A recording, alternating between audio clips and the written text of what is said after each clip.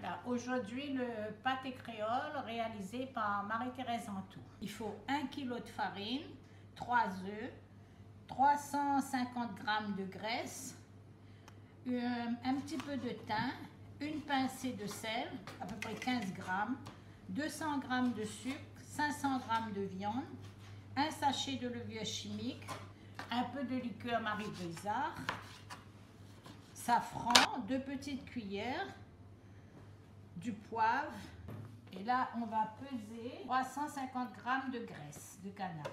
On rajoute à la viande la graisse de canard.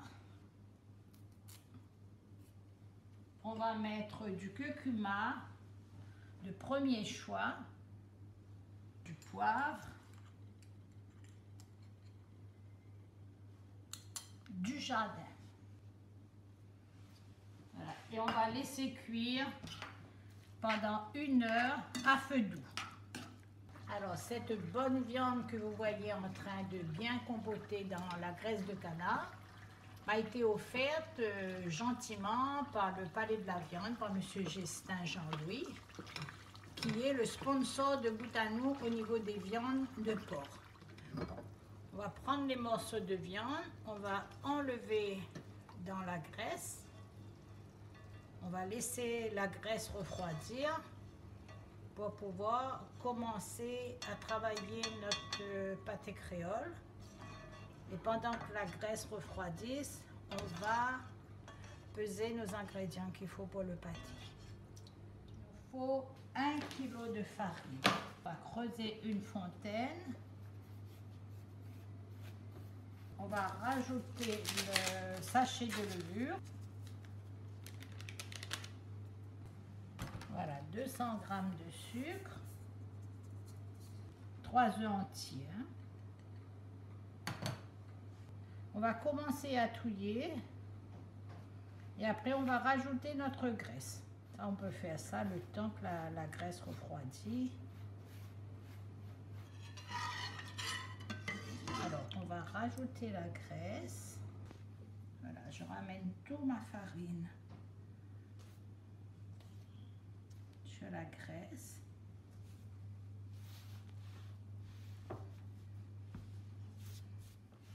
Là, il faut mettre tout son amour, mais aussi toute sa force.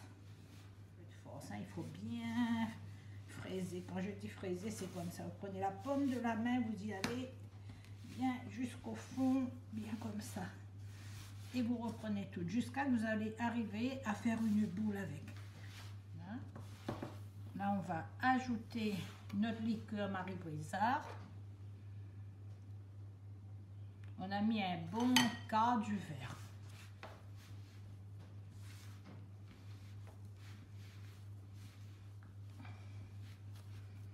Et dans les années 60, même un petit peu avant, jusqu'à 70, les gens n'avaient pas de four. Ils cuisaient ça dans une marmite avec de la braise dessous et dessus. Et croyez-moi que ces femmes, elles ont du mérite.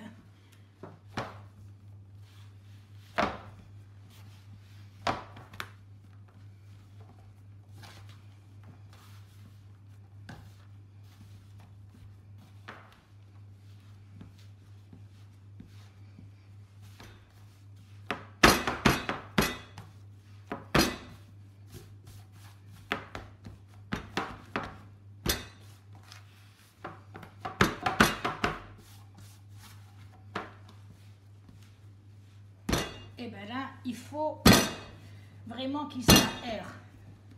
Alors, le principe, c'est ça.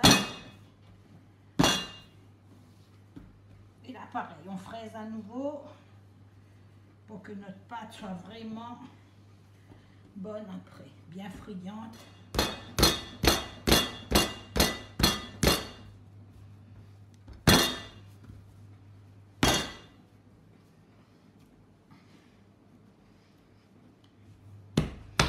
Là, c'est la bonne période. On ne transpire pas trop. Quand on fait ça au mois de décembre, il fait chaud, la graisse coule et tout, c'est pas évident. Voilà. Et après, vous commencez à donner votre forme à votre pâté.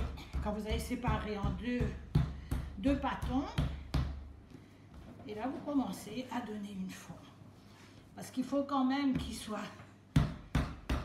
rond, soit ovale, mais d'une épaisseur quand même assez importante pour pouvoir mettre des morceaux de viande. Toujours pareil, à fraiser souvent.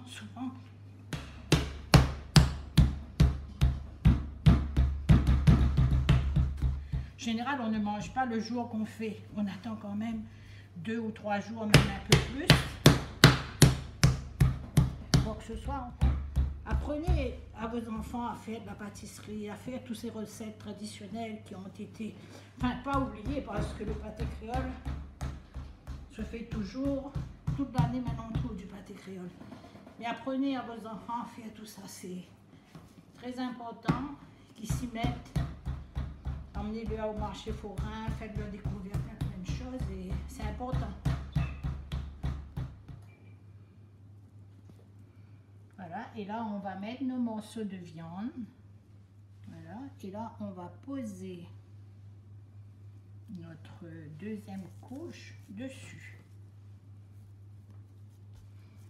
Et là pareil, on va travailler à nouveau. On va agrandir un peu. Voilà, on va couvrir bien les morceaux de viande pour que ça colle bien.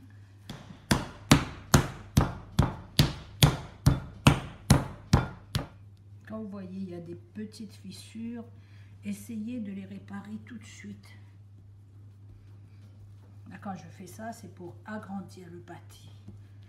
Parce qu'il faut quand même, il ne faut pas qu'il soit trop épais. Parce qu'après, pour cuire, il faut un moment, il faut plus de temps.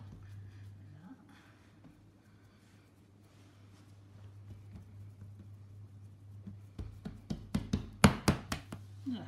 Et maintenant, on va faire la décoration.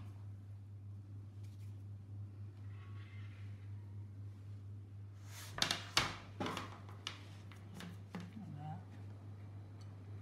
N'oubliez pas d'essuyer le tour.